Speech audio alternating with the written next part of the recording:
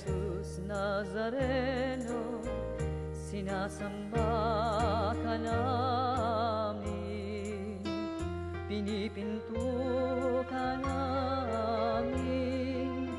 Aral mo ang aming buhay at kaligtasan, Nuestro Padre Jesus Nazareno. Iligtas mo kami sa kasalanan, ang krus mong kinamatayan ay sagisag ng aming kaligtasan.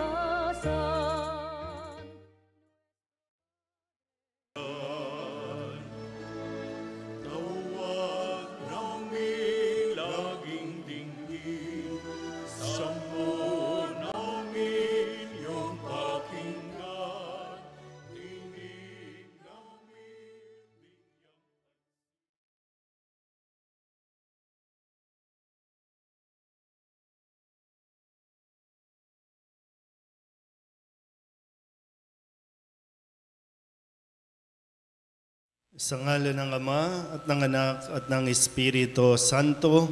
Amen. Sumainyo at sumainyo rin.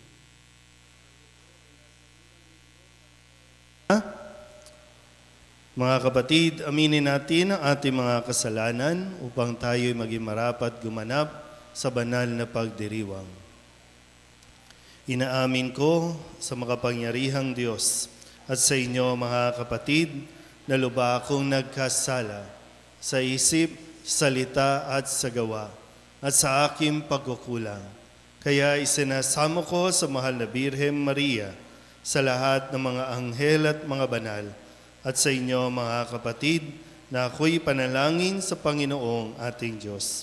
Kaawaan tayo ng makapangyarihang Diyos, patawarin tayo sa ating mga kasalanan at patnubayan tayo sa buhay na walang hanggan. Panginoon, kaawaan mo kami. Kristo, kaawaan mo kami. Panginoon, kaawaan mo kami. Manalangin tayo. Ama naming makapangyarihan, sa taon-taong pagdiriwang ng paghahandang 40 araw para sa Pasko ng Pagkabuhay, kami nawa ay lalong umunlad sa pagtuklas sa hiwaga ng tagumpay ni Kristo upang masundan namin siya sa pamumuhay na marangal bilang aming tagapamagitan kasama ng Espiritu Santo magpasawalang hanggan.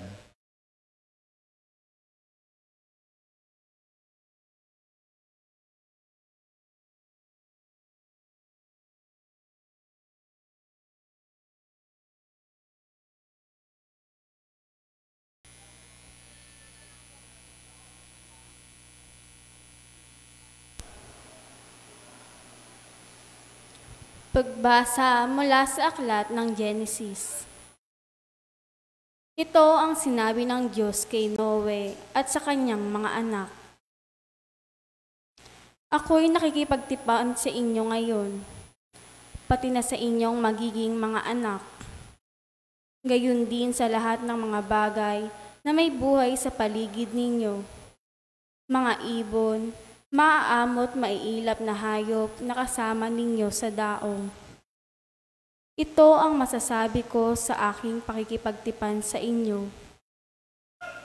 Kailanman hindi ko nalilipulin sa pamamagitan ng baha ang lahat ng may buhay. Wala nang baha na gugunaw sa daigdig. Sinabi pa ng Diyos, ito ang magiging palatandaan ng walang hanggang tipan na ginagawa ko sa inyo at sa lahat ng hayop. Palilitawin ko sa mga ulap ang aking bahaghari, at iyan ang magiging tanda ng aking pakikipagtipan sa inyo.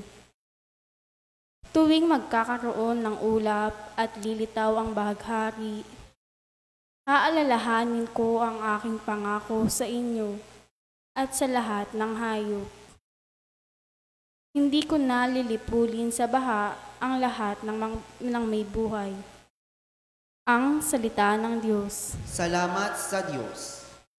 Salmon tugunan, poon iyong minamahal, ang tapat sa iyong tipan.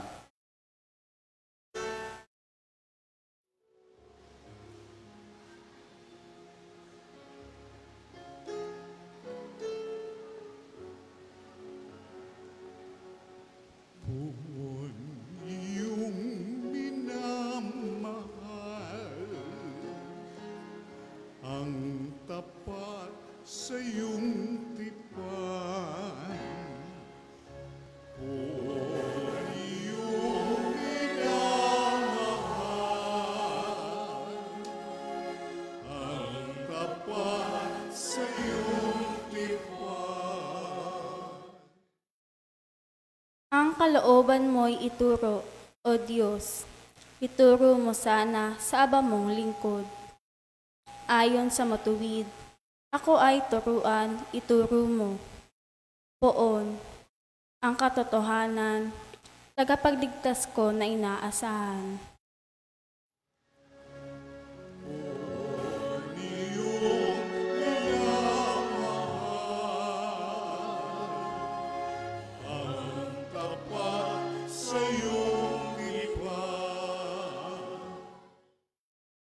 Poon, gunitain, pag-ibig mong wagas, at ang kabutihang noon pa'y nahayag.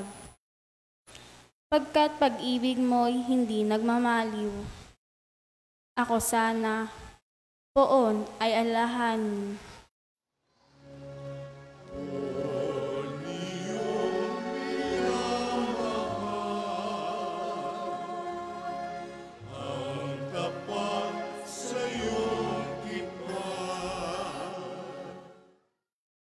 Mabuti ang poon at makatarungan sa mga sarili, guro at patnubay. Sa mababang loob, siya yaong gabay at nagtuturo ng kanyang kalooban.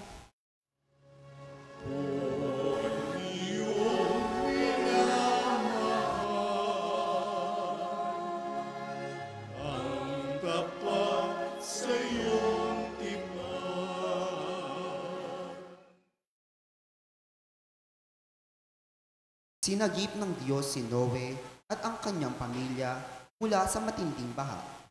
Sinagip din ng Diyos ang bawat binyagang Kristiyano sa pamamagitan ng tubig ng binyag, kung saan nakikibahagi tayo sa kamatayan at muling pagkabuhay ni Jesus. Pagbasa mula sa unang sulat ni Apostol San Pedro. Pinakamamahal kong mga kapatid, si Kristo'y namatay para sa inyo. Namatay siya dahil sa kasalanan ng lahat, ang walang kasalanan para sa mga makasalanan. Upang iharap kayo sa Diyos, siya'y namatay ayon sa laman at muling binuhay ayon sa Espiritu. Sa kalagayang ito, pinuntahan niya at inaralan ang mga espiritong nakibilanggo. Iyan ang mga espirong ayaw sumunod. Nang sila'y matayagang hinihintay ng Diyos noong panahon ni Noe. Samantalang ginagawa nito ang dao. Sa tulong ng dao na ito'y iilang tao, 80 ang nakaligtas sa baha. Ang tubig ay larawan ng binyag na nagliligtas ngayon sa inyo. Ang binyag ay hindi paglilinis ng dumi ng katawan, kundi isang pangako sa Diyos. Buhat sa isang malinis na budhi, inililigtas kayo ng binyag sa pamamagitan ng muling pagkabuhay ni Jesucristo na umakyat sa langit at ngayon naluklok sa kanan ng Diyos. Nagahari siya roon sa mga anghel at sa mga kapangyarihan at lakas na panlangit. Ang salita ng Diyos. Salamat sa Diyos, tumayo po ang lahat.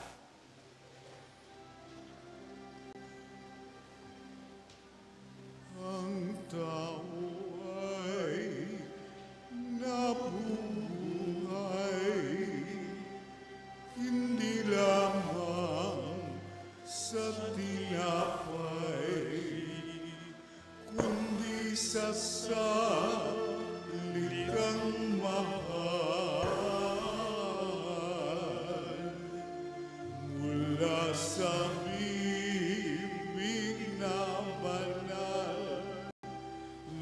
Ama nating may kapal. Ang tao ay nabubuhay, hindi lamang sa tinapay, kundi sa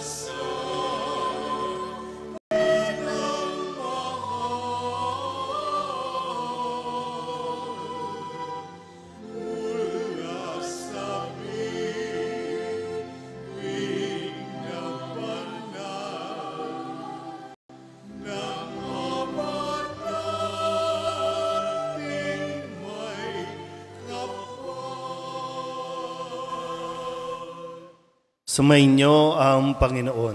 At sumaiyo rin. Ang mabuting balita ng Panginoon ayon kay San Marcos. Papuri sa iyo, Panginoon. Noong panahong iyon, si Jesus ay agad pinapunta ng Espiritu sa ilang. Nanatili siya roon ng 40 araw na tinutukso ni Satanas. May ilap na hayop ang naroon, ngunit si Jesus ay pinaglilingkuran ng mga anghel. Pagkatapos dakpin si Juan, si Jesus ay nagtungo sa Galilea at ipinangaral ang mabuting balitang mula sa Diyos. Dumating na ang takdang panahon at malapit na ang paghahari ng Diyos. Pagsisihan ninyo talikdan ang inyong mga kasalanan at maniwala kayo sa mabuting balitang ito. Ang mabuting balita ng Panginoon. Pinupuri ka namin, Panginoong Jesucristo. Umupo po ang lahat. Isang magandang gabi po sa inyong lahat. Ngayon po ay unang linggo ng 40 araw na paghahanda para sa Pasko ng Pagkabuhay o Kwaresma. Sabihin nyo nga po, Kwaresma. So kapag naririnig nyo ang salitang Kwaresma, ibig sabihin na nakapasok na tayo o pumasok na tayo sa 40 araw. Kaya nga Kwaresma, 40 days na paglalakbay. At nagsimula tayo noong Miyerkules ng Abo. Nang tayo po ay lumapit at magpalagay ng abo bilang tanda ng atin pong paghingi ng tawad sa mga kasalanan nating nagawa, hindi lang sa ating kapwa, lalo't lalo na kasalanan natin sa Diyos. At sa pamamagitan ng mga pag-aayuno na ating pong gagawin, nawa ay kalugdan din tayo at pakinggan ng Panginoon. At para lamang po, ma-refresh tayo, kapag panahon ng Kwaresma ay nagbabawas tayo yung mga fasting na tinatawag, hindi lang fasting sa tiyan, sa pagkain, maging lalo na sa mga material na bagay. Fasting sa nakikita, fasting sa naririnig. Kaya kung inyo po mapapansin, ang simbahan natin ngayon, walang masyadong palamuti, walang mga bulaklak, o walang kung anuman na nakasanayan nating makita noong mga ordinaryong araw o noong mga panahon ng Kapaskuhan na talagang punong-puno na magagandang bulaklak yung ating altar. Pero pag panahon ng Kwaresma, fasting din tayo sa mga decorations. Hindi lang basta nagtitipid tayo, kundi para mas manabik tayo. Ito yung panawagan. Yung mamiss natin, manabik tayo para sa pagdating ng isang napakahalagang selebrasyon ay talagang ibibigay natin ng todo. Kaya maging sa mga kanta na mapapansin ninyo, hindi lang dito kundi sa lahat ng simbahan ay inaalis din o binabawasan muna yung mga kanta. Wala tayong maririnig na Alleluia, wala tayong maririnig na papuri, maliban na lang kapag nagkaroon ng mga kapistahan sa panahon ng Kwaresma. Pero pagkatapos nun, balik tayo ulit dun sa mood natin. Yung mood o yung feel natin, yung atmosphere ng Kwaresma. Malinaw po ba? lalo na sa mga nagsiserve dito, no?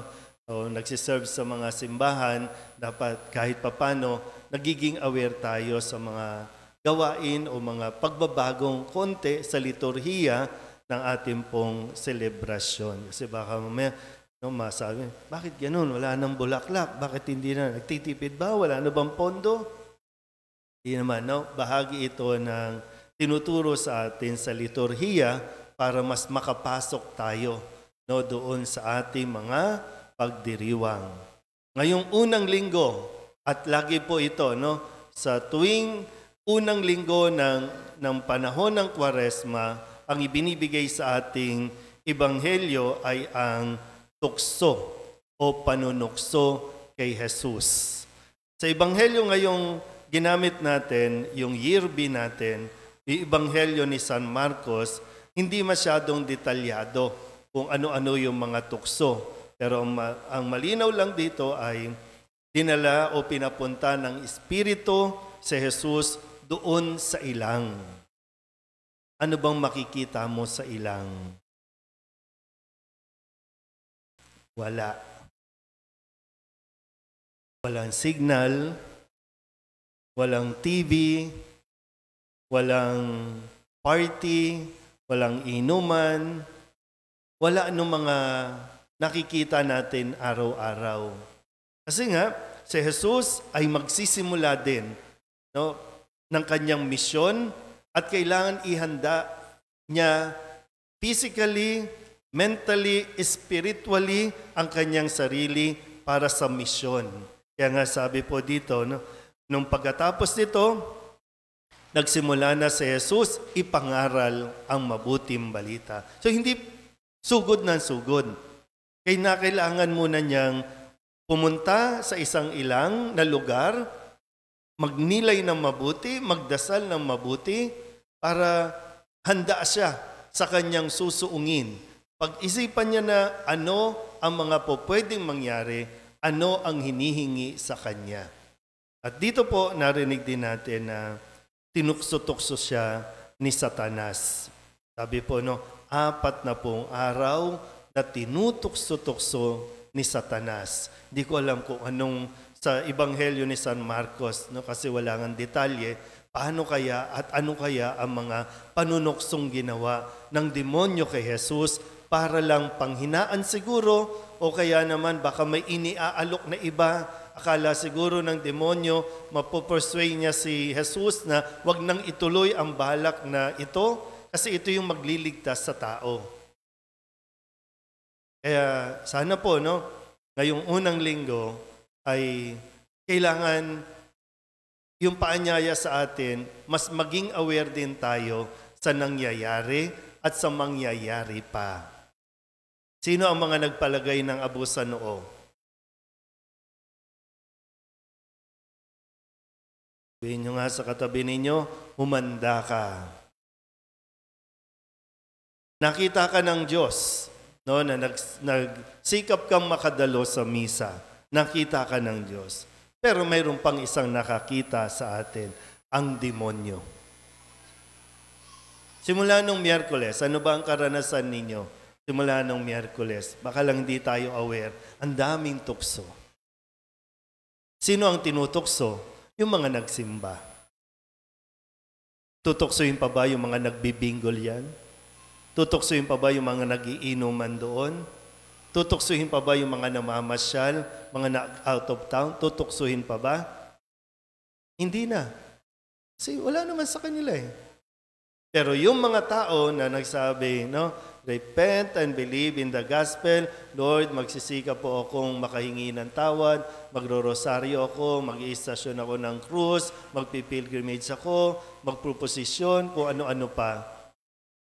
Para hindi yan mangyari, tutuksuhin ka ng demonyo. Maraming tukso. Mas matindi ngayon. Kasi magdo-double effort, no, ang demonyo. May makakaaway ka, yun, sa loob ng 40 araw, may mga away sa'yo, may mang-iinis sa'yo, may maraming triggers, no, na ipapakita sa inyo. Hindi ko alam kung anong tinitingnan nyo doon. Mga ganyang mga distractions. Habang nagsasalita ako, nakatingin kayo doon. Hindi ko alam kung anong mayroon doon. Yan, yung mga ganyang bagay na maliliit lang pero malaki impact kasi gagawa at gagawa ang demonyo ng distractions para hindi tayo makapag-focus din at hindi natin mapansin may ginagawa si Jesus para sa atin. Umatsing na. Marami yan, marami pang susulpot siya. Pero kung hindi tayo magiging aware, no? Yan, yung ingay sa labas, no? Dati naman walang ingay, pero ngayon mas maingay. Bahagi yan. Pero yun po yung isang bagay na kailangan natin makita. Ano at paano yung reaksyon ni Jesus sa bawat tukso. Hindi siya nadaig eh. So tayo ba? Padadaig ba tayo? Uubusin ba yung bang bibigay ba tayo sa mga triggers natin? Magagalit ba tayo? Kung may mga away sa'yo, kung may magko-comment ng hindi maganda sa post mo, magre-react ka ba? Ano bang gagawin mo? Gagayahin ba natin si Jesus na lalong magdarasal? Alin ba yung mas madalas nating nagiging attitude kapag may tukso? Kasi nandyan yan, hindi naman nawawala yan. Yan katabi ninyo, nagiging tukso yan. O pwedeng gamiting tukso yan. So, hindi mawawala ang tukso. Pero yung paano mo ito harapin, paano ka mag-react, ikaw ang may control niyan. Mananatiling tukso lang yan. At hindi pa kasalanan yan. Tukso lang yan. Pero kapag pinatulan mo, doon tayo nagkakasala. Kaya, mas maging mulat tayo sa mga susunod pang oras, sa mga susunod pang araw, kikilos at kumikilos din ang demonyo para tayo madistract, para hindi natin malaman ang gagawin na pagkilos ng Diyos para sa atin. Amen? Magsitayo ang lahat, ipahayag natin ang ating pananampalataya. Sumasampalataya ako sa Diyos amang makapangyarihan sa lahat na may gawa ng langit at lupa. Sumasampalataya ako kay Kristo, iisang anak ng Diyos, Panginoon nating lahat.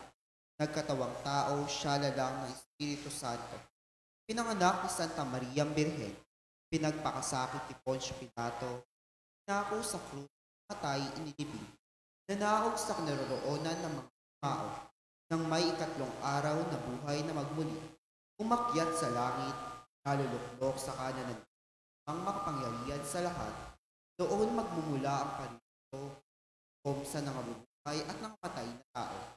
Sumasampalataya naman ako sa Diyos Espiritu Santo, sa banal na simbahang katolika, sa kasamahan ng mga banal, sa kapatawaran ng mga kasalanan, sa pagkabuhay na muli ng nangamatay na tao, at sa buhay na walang hanggan. Amen. Sa pagsisimula ng Kwaresma, humingi tayo ng lakas sa Diyos upang mapaglabanan natin ang tukso tulad ni Jesus. Isama rin natin ang mga pangangailangan ng mga kapatid natin nasa matinding krisis ng buhay. Ang ating itutugon, Panginoon, dinggin mo ang iyong bayan. Panginoon, dinggin mo ang iyong bayan. Patuloy nawang himukin ng mga namumuno sa simbahan ang lahat ng tao na magbalik loob sa Diyos. Maihatid nawa nila ang pagtanggap at pagpapatawad ng Diyos sa mga tao. Manalangin tayo. Panginoon, dinggin mo ang iyong bayan. Ipagtanggol nawa ng mga namumuno sa mga bansa ang mga karapatan at kapakanan ng bawat tao upang makamit natin ang kapayapaan, lalong-lalo na sa pagitan ng mga bansang kasalukuyang may giyera. Manalangin tayo. Panginoon, dinggin mo ang iyong bayan. Panghawakan nawa ng bawat binyagang Kristiyano ang kinagisnan nilang pananampalataya sa Diyos at ibahagi ito sa lahat ng taong kanilang nakakatagpo. Manalangin tayo. Panginoon, dinggin mo ang iyong bayan. Bigyang pag-asa at lunas mo nawa ang mga kapatid namin may sakit at dumaraan sa matinding pagsubok sa buhay. Manalangin tayo. Panginoon, dinggin mo ang iyong bayan. Salubungin mo ang mga kapatid naming yumao sa piging na banal sa kalangitan, kung saan ang iyong liwanag ay kanilang walang hanggang masisilayan. Manalangin tayo. Panginoon, dinggin mo ang iyong bayan. Idulog din natin sa Panginoon ang ating mga personal na kahilingan at mga panalangin para sa ating mga pamilya. Kasama ang mga kahilingan ng mga nanonood sa online, lahat ng mga misang pasasalamat, special na intensyon, agarang paggaling ng mga may sakit, at ang lahat ng mga kaluluwa na inihiling na ipagdasal sa misang ito.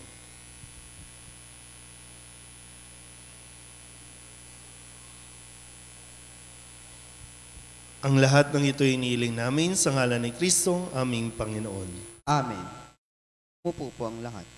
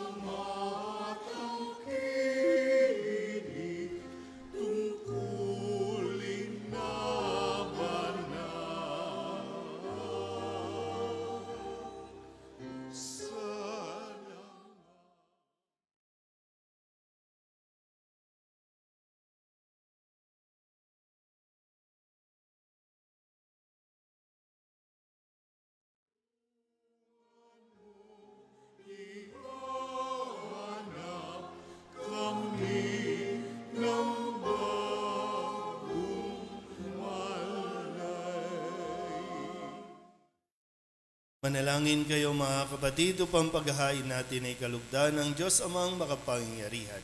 Tanggapin nawa ng Panginoon itong paghahain sa iyong mga kamay, sa kapurihan niya at karangalan sa ating kapakinabangan at sa buong sambayanan niyang banal.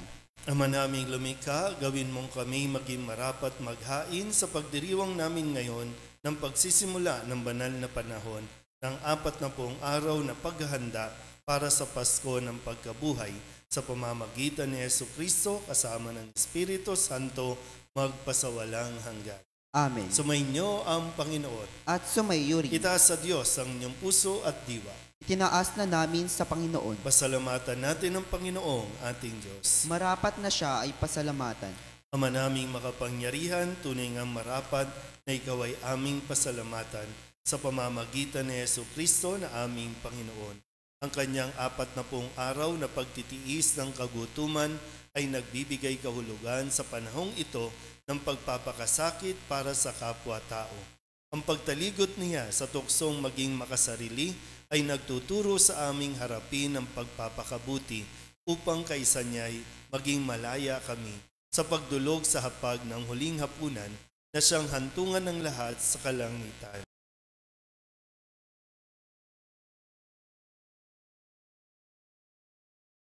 Kaya kaisa ng mga anghel na nagsisiawit ng papuri sa iyo nang walang humpay sa kalangitan, kami nagbubunyi sa iyong kadakilaan.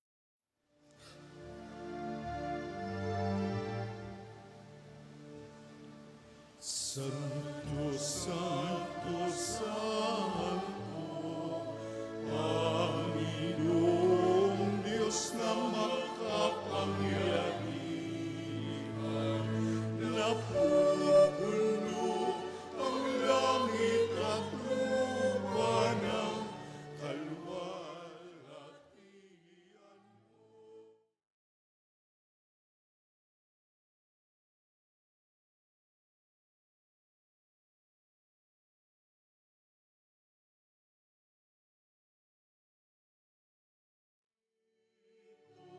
Sa ngalan ng Panginoon,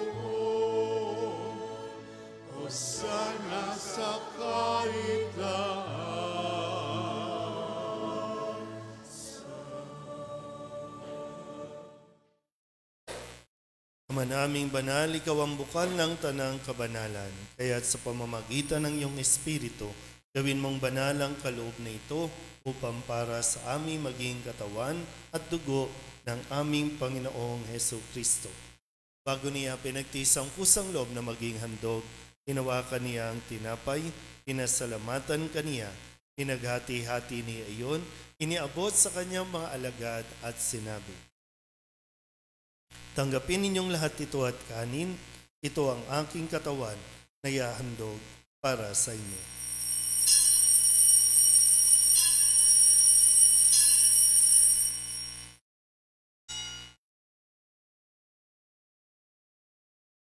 Hindi naman nang matapos ang hapunan, hinawakan niya ang kalis, muli kaniyang pinasalamatan.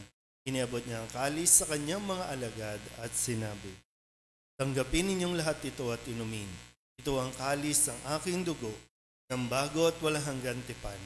Ang aking dugo na ibubuhos para sa inyo at para sa lahat, sa ikapagpapatawad ng mga kasalanan. Gawin ninyo ito sa pag-alaala sa akin.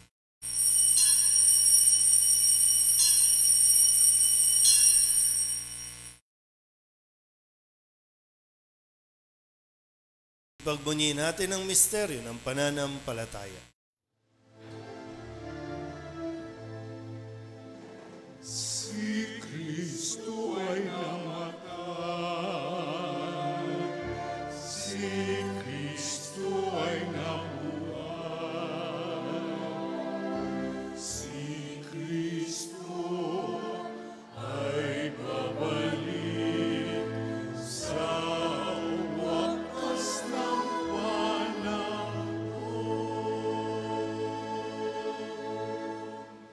Mga ginagawa namin ngayon ang pag-alaala sa pagkamatay at muling pagkabuhay ng iyong anak. Kaya tiniaalay namin sa iyo ang tinapay na nagbibigay buhay at ang kalis na nagkakaloob ng kaligtasan. Kami nagpapasalamat dahil kami iyong minarapat na tumayo sa harap mo para maglingkod sa iyo. Isinasamo namin kami magsasalo-salo sa katawan at dugo ni ay mabuklod sa sa pamamagitan ng kaliwanagan. Tawaan mo at pag-iindapating kaming lahat na makasalo sa iyo. Kaysa ng mahal na Birhen Maria na ina ng Diyos. Yes, Sanctificatur nomen tuum, adveniat regnum tuum, fiat voluntas tua, sicut in cielo et in terra. Panem nostrum quotidianum da nobis hodie, et dimitte nobis debita nostra, sicut et nos dimittimus debitoribus nostris, et ne nos inducas in tentationem,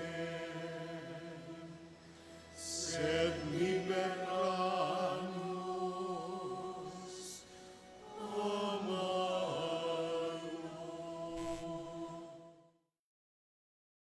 Hinihiling namin kami iadya sa lahat ng masama, pagkalooban ng kapayapaan araw-araw, iligtas sa kasalanan at ilayo sa lahat ng kapahamakan, samantalang aming pinananabikan ang dakilang araw ng pagpapahayag ng tagapagligtas naming sa Heso Kristo.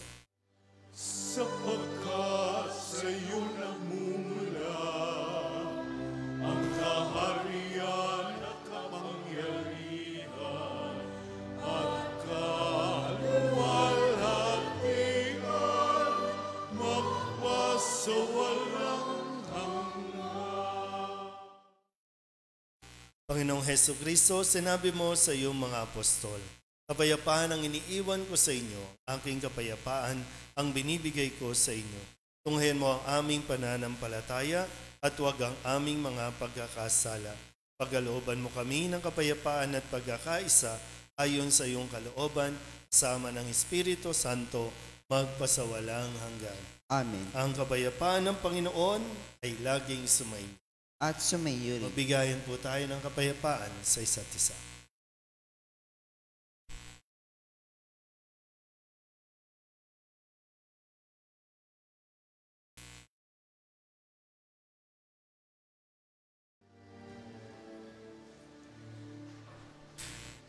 Kordero ng Diyos na nag-alis ng mga kasalanan ng sanlibutan, maawa ka sa amin.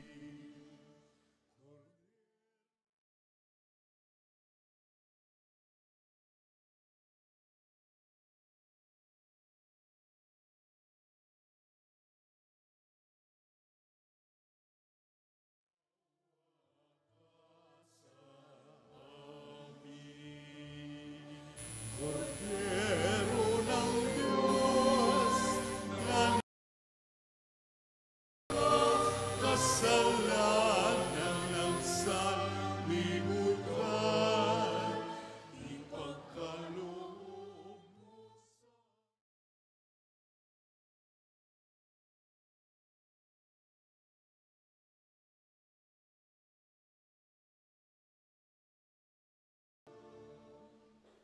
Ito ang kordero ng Diyos.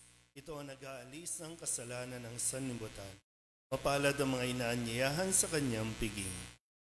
Panginoon, hindi ako karapat-dapat na magpatuloy sa iyo.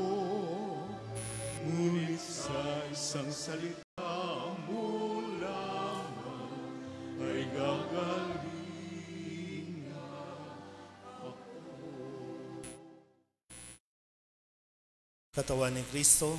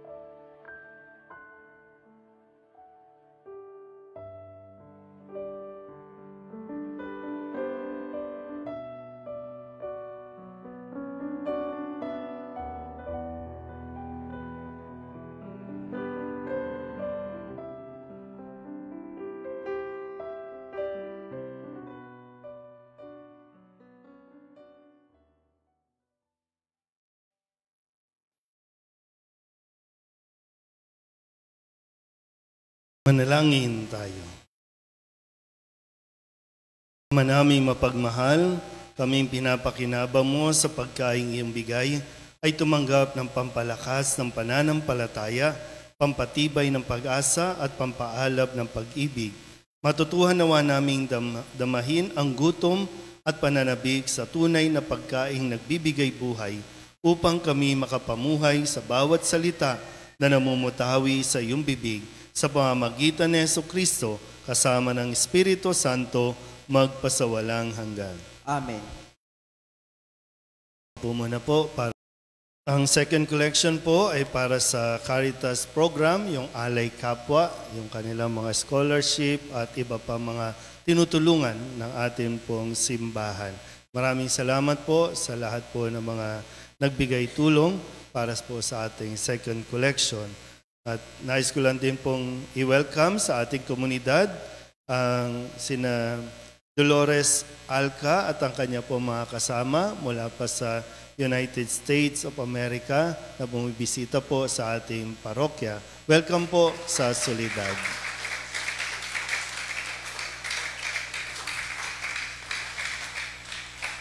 At muli po yung mga gawain natin sa mga susunod na araw, tuwing Estasyon ng Cruz o salamat sa inyong pagdalo.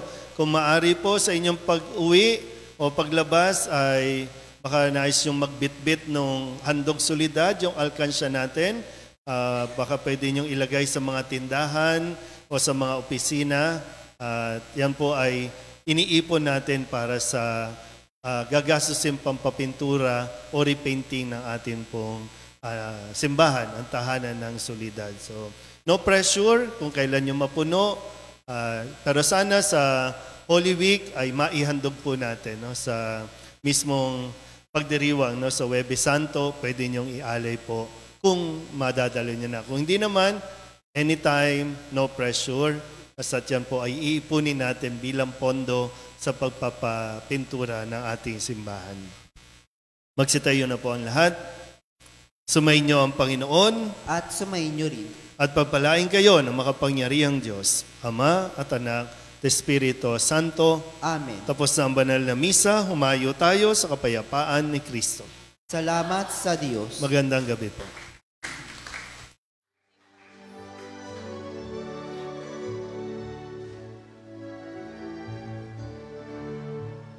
Walang sinuman ang nabubuhay para sa sarili lamang.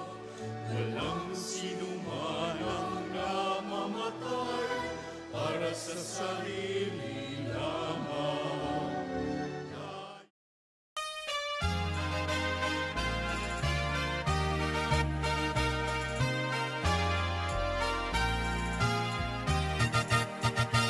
Nuestro Padre Jesus Nazareno, sinasamba ka namin, pinipinto ka namin,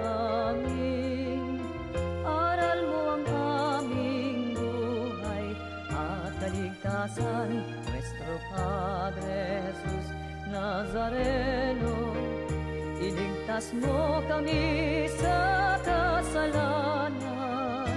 Ang krus mong kinamatayan ay sagisag ng aming kaligtasan.